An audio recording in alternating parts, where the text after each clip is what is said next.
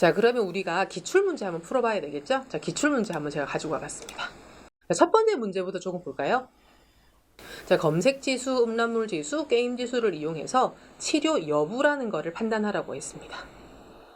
자, 검색지수, 음란물지수, 게임지수 각각 값이 4 이상이고, 그러니까 그죠? 게임지수도 4 이상, 음란물지수도 4 이상, 게임지수, 그 다음에 이런 것들도 4 이상, 이런 것들이 최종적으로 AND라는 조건으로 묶여야 되고요. 이 세 개의 값의 평균이 7 이상이면, 평균 값이 7 이상이라는 조건까지 다 같이 적용이 되게 되면 치료 요망이라는 글자가 찍히게 되고, 그렇지 않을 경우는 주의라는 글자를 찍어달라고 했습니다. 그러니까 정작 if의 그죠? 조건과 참, 거짓은 아주 쉬운데 이 조건 적는 부분이 조금 더 길어지겠죠? 그거를 우리 감안해서 문제 한번 풀어보겠습니다.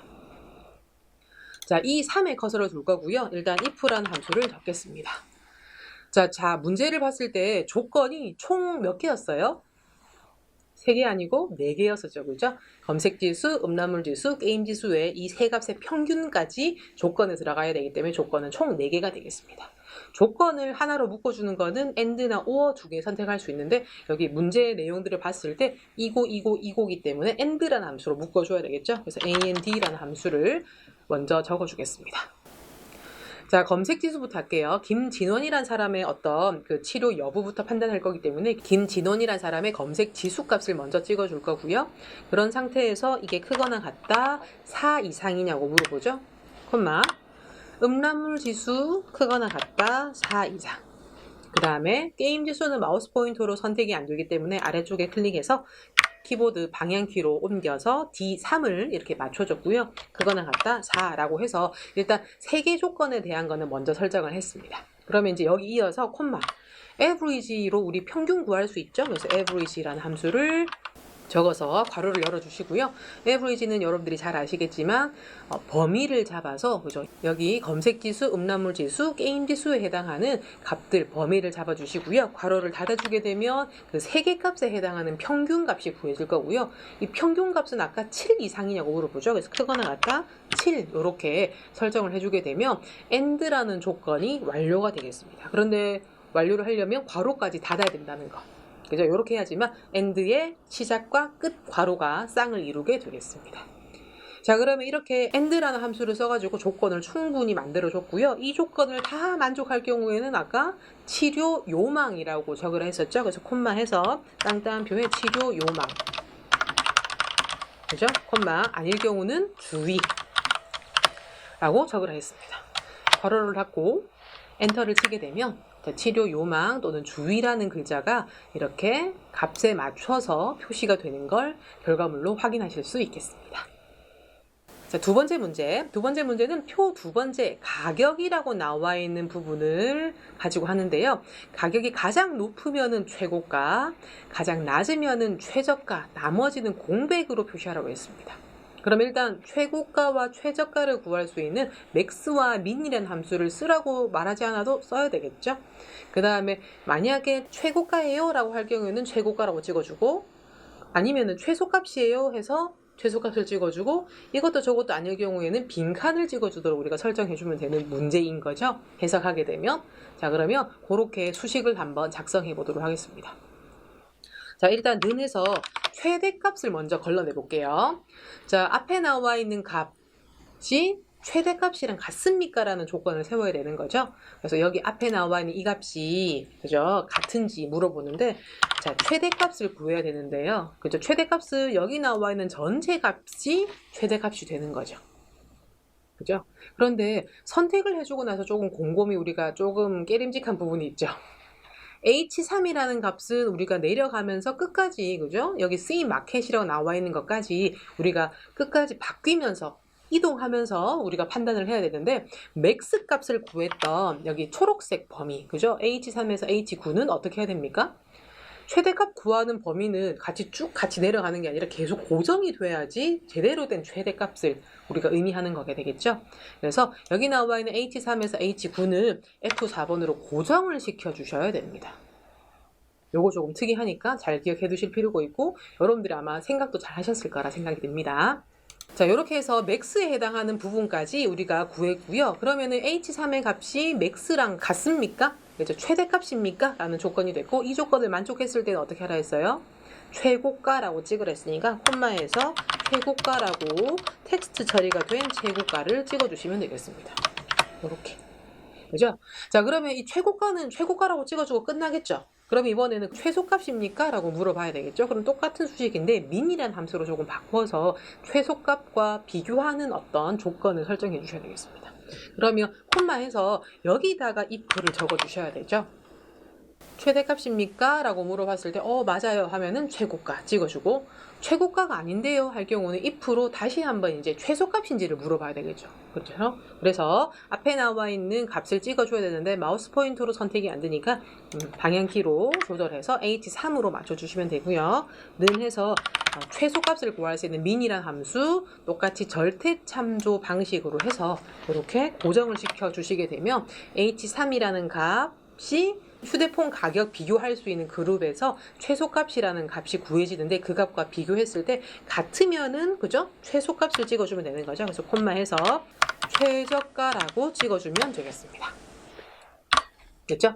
그러면 최저가도 아닌데요 할 경우에는 뭐라고 했나요? 빈칸이 찍히면 되는 거죠. 그래서 콤마해서 쌍따옴표 두 개를 연달아 찍어주게 되면 최고가입니까? 그러면 최고가. 아닌데요 하게 돼요. 그러면 최저가예요? 라고 물어봤을 때 맞아요 하면 최저가를 찍어주고 끝나는 거고, 그렇지 않은 경우는 빈칸이 찍히도록 설정해 주겠습니다.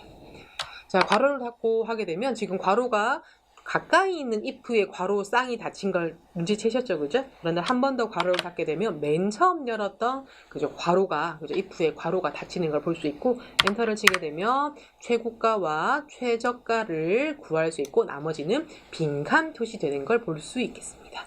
이렇게 많이 활용을 하게 돼요. if 함수 잘 알아두면 너무너무 좋겠죠. 자, 세 번째 문제. 주민등록번호를 이용해서 성별을 입력을 할 건데요. 주민번호의 앞에서 8번째 숫자가 1 또는 3이면 남, 2 또는 4면 여로 표시하라고 했습니다. 자, if or mid라는 함수를 쓰라고 했는데요. mid라는 함수를 지금 우리가 써봐야 되는데, mid라는 함수는 중간에 있는 값을 뽑아올 때 쓰는 거예요. 주민등록번호 값을 보게 되면 8번째 자리에서 한 자리에 해당하는 뒷번호의 첫 번째 자리가 1, 2, 3, 4 가지고 성별을 판단할 수 있잖아요. 2000년대 이후에 태어난 사람들은 3, 4로 남, 여를 구별할 수 있습니다. 그래서 숫자 값이 1 또는 3이면 남, 2 또는 4면 여로 표시하라고 나왔죠. 자, 그러면은 성별 부분을 우리가 판단을 할 건데, 여기서 판단할 거. 만약에 if라 함수를 쓰긴 쓰는데 5어라는 함수를 써서 간단하게 해결을 할 수 있습니다. 자, 1, 2, 3, 4가 있을 경우에 1 또는 3은 남자죠. 그죠? 2 또는 4라는 조건을 세울 필요 있어요? 없어요? 없어요. 왜냐하면 1, 3 아니면 2, 4기 때문에 이제 1이거나 3일 경우에는 남을 찍어주고, 이거 이외에는 전부 다 여로 찍어주면 되기 때문에 if를 여러 번 쓸 필요는 없는 상태가 되겠습니다. 간혹 이 문제를 보고 그렇게 해석하실 수도 있을 것 같거든요. 그런데 if와 or를 쓰게 되면 이렇게 주민등록번호를 판단할 때 한 번씩만 잘 써주셔도 문제를 해결할 수 있습니다. 한번 풀어볼게요. 자, 는 해서 if 함수를 쓰겠습니다. 자, 먼저 8번째 숫자 값을 먼저 뽑아 봐야 될 것 같거든요. 자, mid란 함수는 자, 요렇게 적어 주시고요. 밑에 보게 되면 텍스트, start num, num 캐릭터 이렇게 나와 있는데, 텍스트 값을 찍어주고 첫 번째 인수가. 이제 여기 텍스트 값에서 시작과 그런 다음에 몇 개를 뽑을 건지 순서대로 숫자 값을 찍어주면 됩니다. 아까 문제에 적혀 있었죠. 주민등록번호 전체 값들 중에서 8번째에서 1개. 그래서 주민번호 값을 찍어주시고, 콤마, 8번째에서 1개를 뽑아주게 되면 1, 2, 3, 4가 뽑히겠죠? 그죠? 이렇게 뽑힌 것이 1이라는 값입니까? 라고 이렇게 조건을 세워주면 됩니다. 그런데 여기 나와 있는 1만 설정하는 게 아니라, 그죠? 3이라는 것도 동시에 설정해야 되기 때문에 우리가 if 다음에 괄호 열은 이 다음에다가 5어라는 거를 먼저 적어주셔야지 조건을 하나 더 적을 수 있겠죠. 5로 묶을 수 있겠죠. 그러면 이렇게 해서 적어주실 거고요. 콤마. 자, 똑같이 mid에 주민등록번호 값을 찍어주시고, 콤마 8,1을 적어주시고요. 여기 나와 있는 값이 3이랑 값이랑 같습니까? 즉 8번째 값이 1입니까? 아니면 8번째 값이 3입니까? 라는 조건이 설정이 되는 겁니다. 그래서 이거 두 개 중에 하나라도 맞습니다 할 경우에는 남으로 찍어주면 되는 거죠. 그래서 요거를 괄호를 닫아주게 되면 5어의 괄호에 쌍이 닫히는 걸 볼 수 있고요. 이런 조건을 만족했을 때는 쌍따옴표에 남이라는 글자를 찍어주면 되고요. 이거 이외에는 전부 다 여거든요. 쌍따옴표 여를 바로 찍어주시면 됩니다. 여기서 뭐 5어에 또 미드에 뭐 2, 4 이런 조건을 안 적어도 된다는 점 여기서 좀 캐치하시면 좋을 것 같습니다. 자 해서 여기 마지막 부분에 여의 괄호를 딱 닫아주게 되면 제일 처음 if 열었던 괄호가 볼드 처리되면서 쌍이 닫히는 걸 볼 수 있고요. 엔터를 치게 되면 성별 판단이 잘 되고 있는 거를 보실 수가 있겠습니다. 그죠? 2, 4, 여 이렇게 나오죠. 그죠? 이렇게 결과값을 구할 수 있겠습니다. 자 마지막 문제. 자, 가산점에 면접 점수를 더한 점수가 면접 점수의 평균값 이상이면 합격, 아니면 불합격으로 합격 여부에 표시하라고 했습니다. 가산점은 군대 여부가 필이면 3점을 부여하고요. 미필이면 없음을 설정하라고 했습니다. 자, 그럼 한번 해보겠습니다. 자, 문제를 보게 되면 면접 점수에 일단 가산점을 먼저 넣어줘야 될 것 같습니다. 그런데 가산점을 넣어주려면은 앞에 나와 있는 군대 여부와 관련된 부분에서 필, 미필을 판단을 해야 되는 거죠. 문제에 나와 있는 대로 먼저 수식을 적어주시면 될 것 같거든요. 는 해서 if를 먼저 적어줄 거고요. 가산점 일단 판단을 해야 되겠습니다. 앞에 나와 있는 값 군대 여부가 필일 경우에는 필이라고 적혀 있는 값이랑 같으면은 어떻게 하라 했어요? 그죠? 3이라는 값을 부여하라 했었죠. 3.